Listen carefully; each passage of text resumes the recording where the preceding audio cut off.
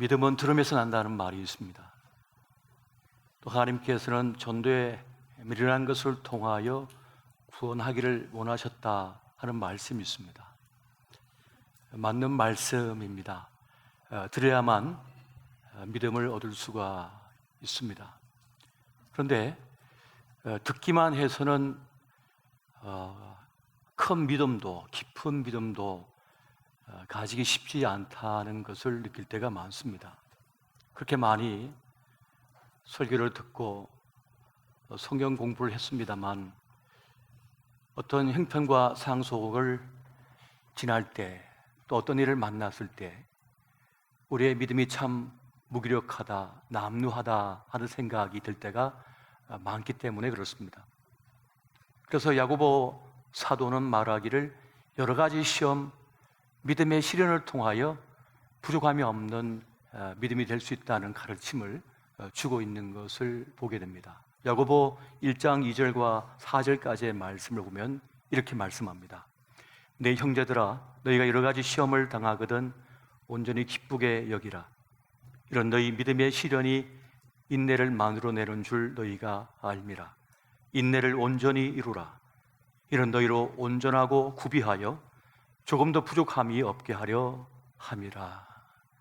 살면서 겪는 여러 가지 믿음의 시련들, 여러 가지 고난들, 역경을 통하여 부족함이 없는 그러한 믿음을 갖출 수 있다는 그런 가르침을 주고 있는 것입니다.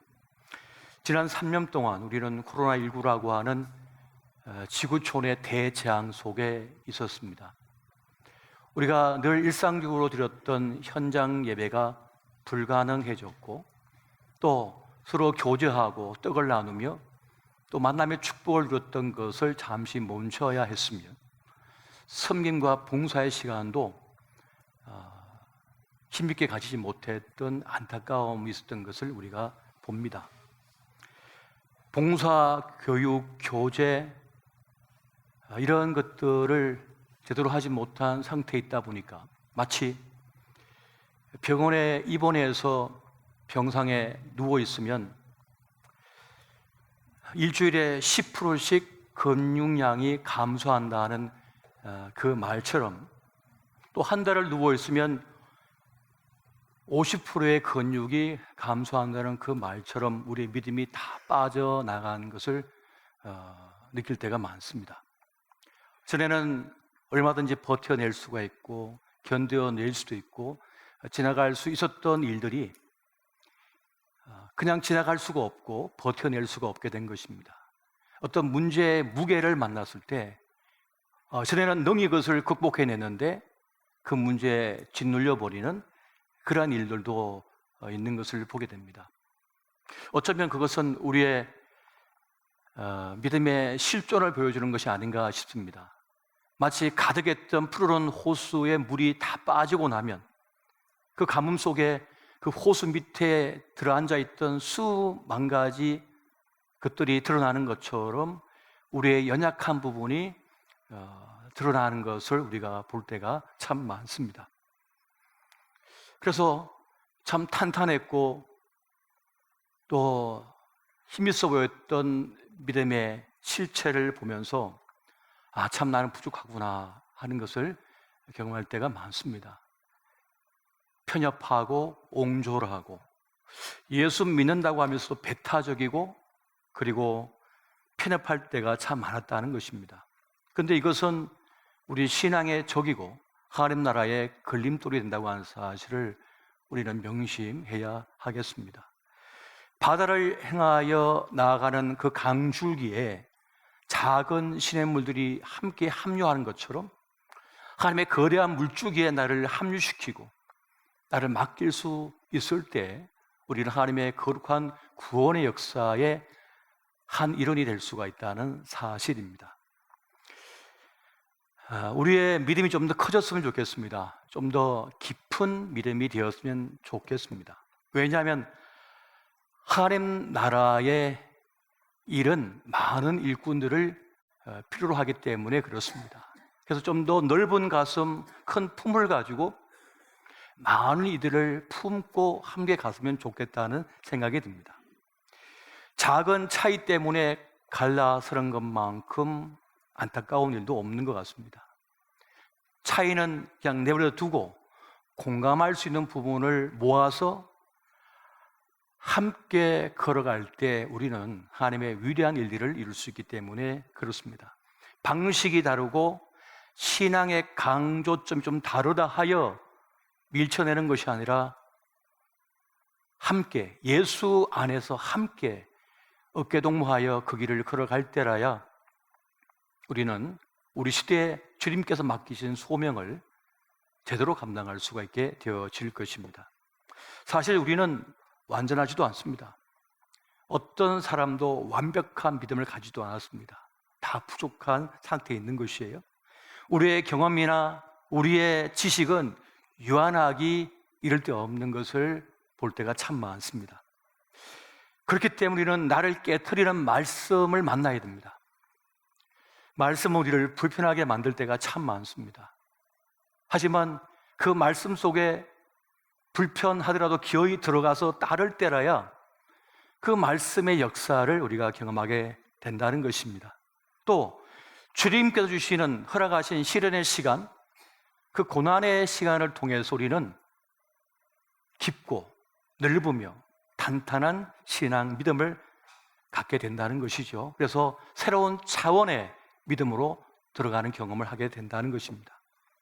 그렇게 우리에게 닥친 시험, 고난, 실패는 힘겹지만 우리의 마음을 크게 만들고 우리의 믿음을 크게 만든다고 하는 사실을 여러분 믿으시기 바랍니다. 고통 없이 얻어지는 것은 없다는 말이 맞는 것 같습니다. 아파 보면 아픈 사람의 마음이 보여져요. 이해가 돼요. 내 자녀가 아파 보면 자녀가 아픈 집의 마음이 느껴져요. 공감을 하게 된다는 것입니다. 실패를 해보면 실패한 이들의 그 무너진 마음이 이해가 됩니다. 그 안타까움을 느끼게 된다는 것이에요. 그렇게 이 신앙생활의 보람은 이러한 공감에 있는 것이 아닌가, 이러한 것을 깨닫는 것이 아닌가 하는 생각이 듭니다.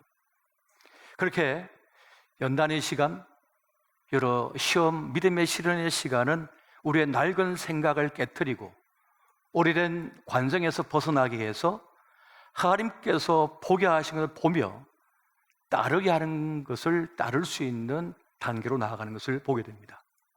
그렇게 넘어져 보지 않는 신앙은 다른 사람을 품을 수 없게 되는 것이죠. 그래서 하나님께서는 우리에게 깨어짐을, 넘어짐을, 믿음의 실패조차도 허락하시는 것이 아닌가 하는 생각을 가지게 됩니다.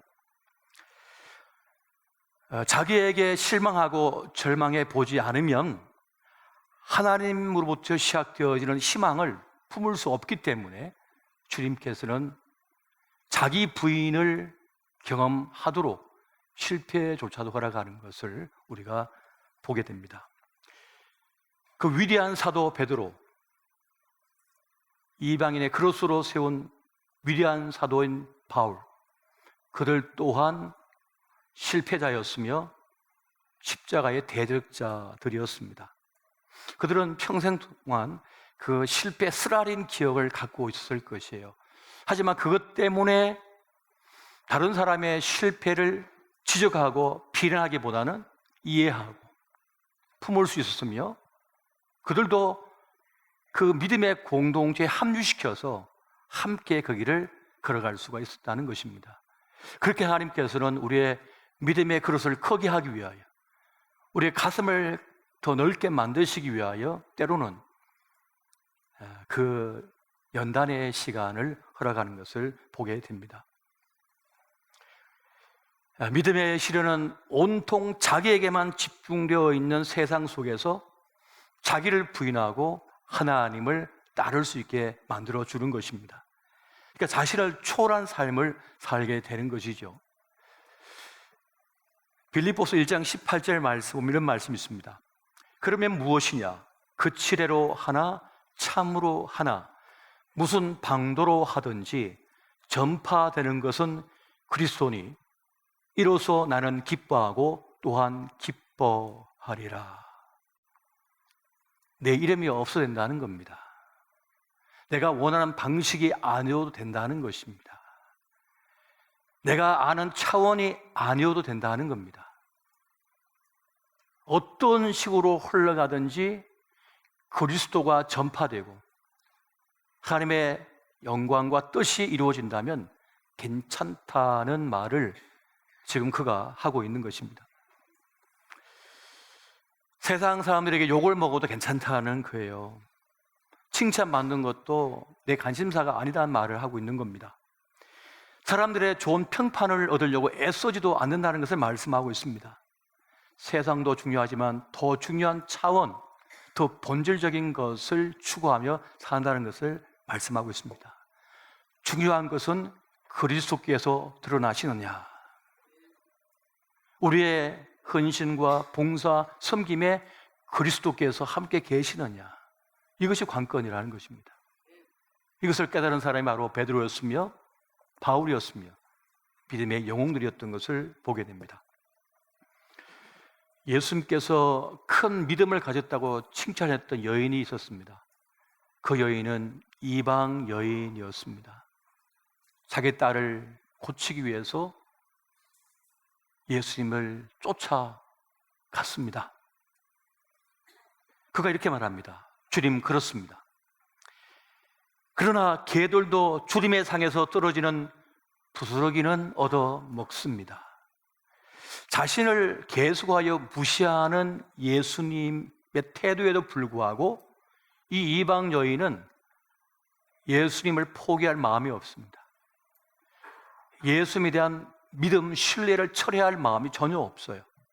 자신의 기대를 벗어난 예수님의 말씀과 반응임에도 불구하고 이 여인은 끝까지 예수님을 따릅니다. 주님을 바라봅니다. 주님을 기대하는 것이에요. 그렇게 주님을 향한 그 신뢰의 믿음을 끝까지 철회하지 않는 것을 보시고 우리 예수님께서는 참으로 너의 믿음이 크도다, 너의 믿음대로 될지라 하시면서 그 딸을 축복하시고 고쳐주시며 이 여인을 인정하시는 장면을 우리가 보게 됩니다. 큰 믿음은 무엇입니까? 내 뜻대로 되지 않아도, 거절당해도 주님을 신뢰하는 것, 이것이 바로 큰 믿음이다 라고 하는 것을 가르쳐주고 있다는 사실입니다. 모든 상황 속에서 하나님의 구원하심, 하나님의 승리하심을 믿고 주님을 따르는 것, 그 큰 믿음, 그 큰 믿음을 소유한 주님의 사람들 되시기를 예수 이름으로 축원드립니다. 아픈 만큼 성숙해진다는 말이 있습니다. 원래 이 말은 독일 철학자인 프리드리히 니체가 한 말인 날 죽이지 못한 것은 나를 강하게 만든다는 말을 한국말로 의역한 것이죠. 믿음은 그냥 커지는 것이 아니라고 하는 말입니다. 믿음은 그냥 깊어지는 것이 아니다라고 하는 것을 우리에게 말씀해 주고 있는 것입니다. 누가복음 16장 10절에 이 예수님의 말씀은 진리입니다. 지극히 작은 것에 충성된 자는 큰 것에도 충성되고 지극히 작은 것에 불의한 자는 큰 것에도 불의하느니라. 하나를 보면 열을 안다는 말씀인 것이죠. 그러면 여러분, 우리의 이 성숙은 어디서 오는 것일까요? 어떻게 이룰 수 있는 것일까요? 또 믿음의 성숙은 어디서 오는 것일까요? 그것은 오늘 성경 말씀에도 있는 것처럼 연단의 시간, 고난의 시간이 되겠습니다. 미국의 극작가인 존 패트릭이 그런 말을 합니다. 고통은 사람으로 하여금 생각하게 만들고 생각은 사람을 지혜롭게 만든다. 어렵고 힘든 세월을 살아왔던 기성세대는 살면서 생존의 지혜를 터득했어요. 살아남아야 했거든요. 또 그걸 보고 자랐거든요. 그래서 대충 하면 안 된다고 하는 것을 직접 보고 피부로 경험해서 대충 살 수가 없는 겁니다. 그냥 사라지지 않는 걸 알기 때문에 그래요. 그래서 청년 중에도 고생을 좀 해본 친구들은 알아듣습니다. 정말 집안이 어려워서 혹은 부모님이 안 계셔서 치열하게 살아온 아이들은 알아들어요. 일찍 철이 들어버린 거죠. 좀 안타깝긴 하지만 일찍 철이 들어버린 거예요. 정신적으로 성숙하고 또 믿음이 성숙하기 위해서는 고통의 성장이 필요할 수밖에 없습니다. 이것이 현실인 것이죠. 직접 내가 다 경험하지 않도록 간접적인 교육을 통해서도 깨닫게 됩니다. 유대인들은 아이들이 어릴 때부터 여더바 쉔 박물관, 그 나치에 의해서 그 수많은 유대인들이 참혹한 죽음을 맞닥뜨려 했던 그 기록들, 그리고 그 흔적들을 보여줍니다. 그를 보고 웃음에 들어갔던 아이들이 다 나오면 눈물을 펑 흘리면서 그렇게 나온답니다. 그때 선생님들이 얘기하죠. 왜 이렇게 됐느냐? 왜 이렇게 당해했느냐? 다시는 이러한 일을 당해서는 안 된다라고 말한답니다. 그럼 아이들이 그럼요, 절대로 그렇게 해서는 안 되죠. 나라를 지켜야죠. 내 가족을 지켜야죠.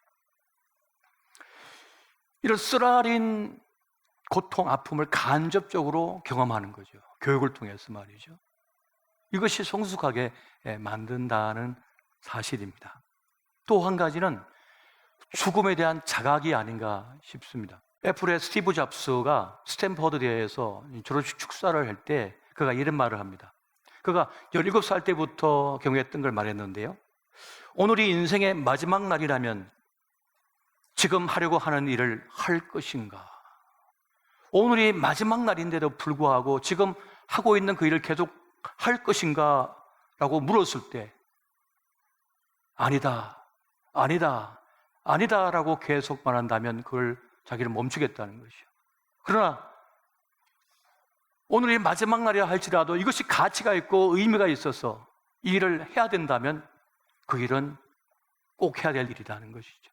그렇게 자기 삶을 매일 아침 일어나서 거울을 보면서 그렇게 자기에게 질문을 던졌다고 합니다. 죽음을 직면한 사람은 사람들의 기대에 흔들리지 않는다는 겁니다. 개의치 않는다는 거예요. 또 자기 업적에 대한 자부심이나 자기 자랑에 빠지지도 않는다는 것입니다. 또 남모를 수치와 아픔, 실패에 대한 두려움조차도 모두 떨쳐낼 수가 있다는 거예요. 오늘이 마지막 날이라고 자각하는 사람은 말이죠. 그래서 진실로 중요한 사실만이 남는답니다. 진짜 가치 있는 것만 눈에 보인다는 거예요. 그래서 세상의 시험과 유혹에 흔들리지 않는 삶을 산다는 것입니다.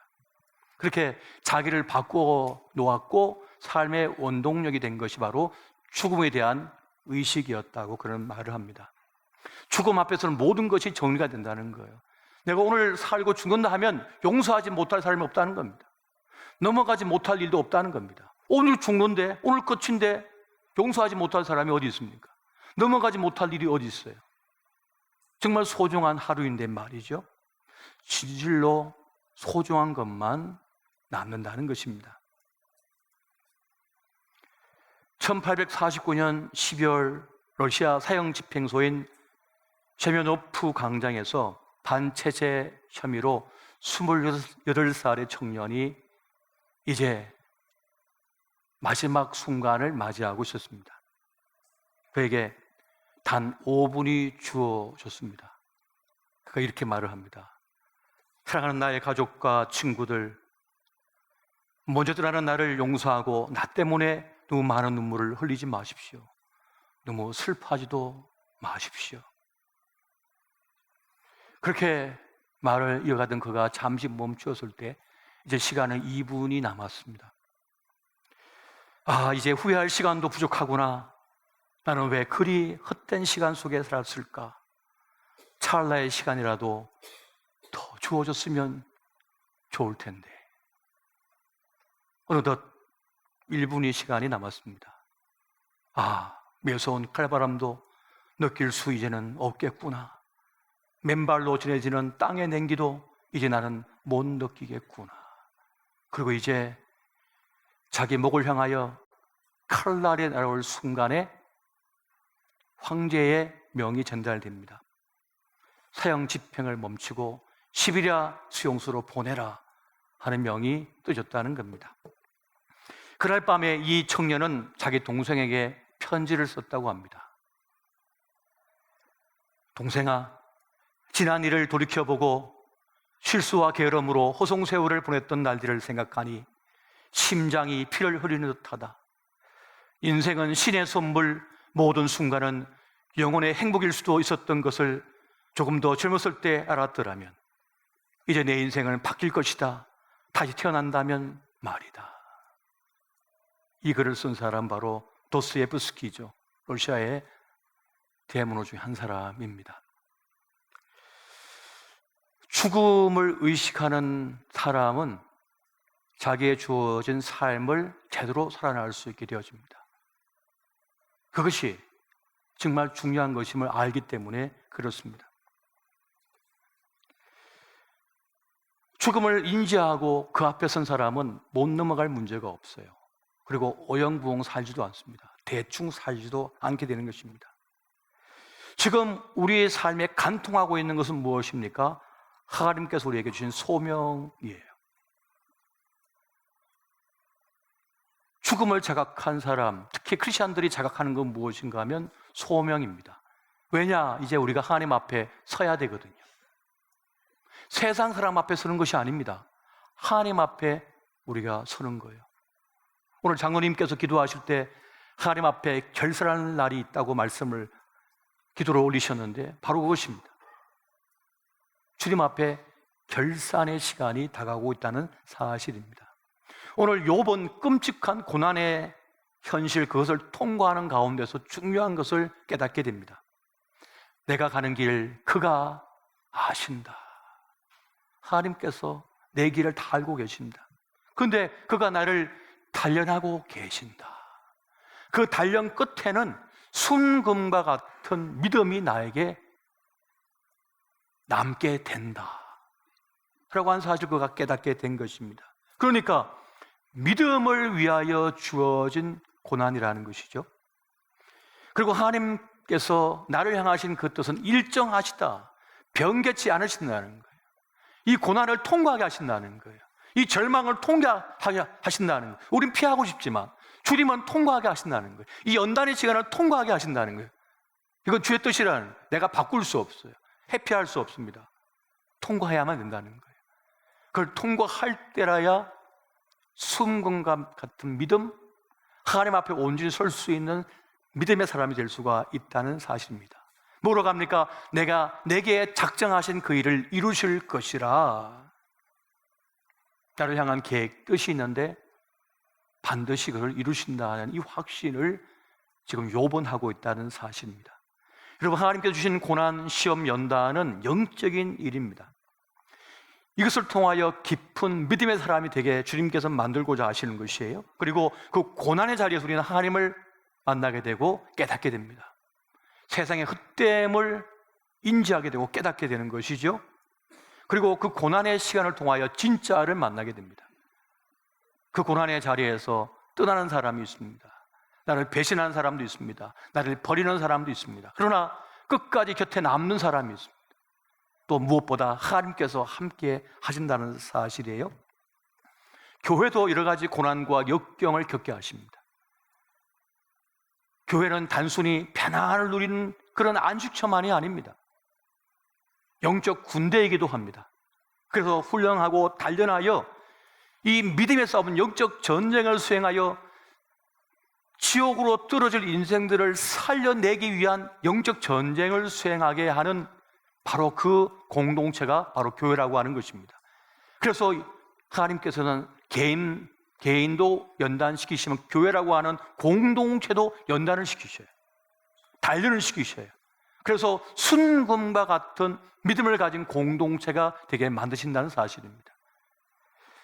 그래서 오늘 우리는 우리를 연단하시고 단련하시고 시험을 통과하게 하시는 그 주님을 알고 큰 시험은 큰 믿음을 낳는다고 하는 그 확신을 가지고 이 길을 믿음으로 살아내시기를, 그리고 이겨내시기를 예수 이름으로 축원드립니다.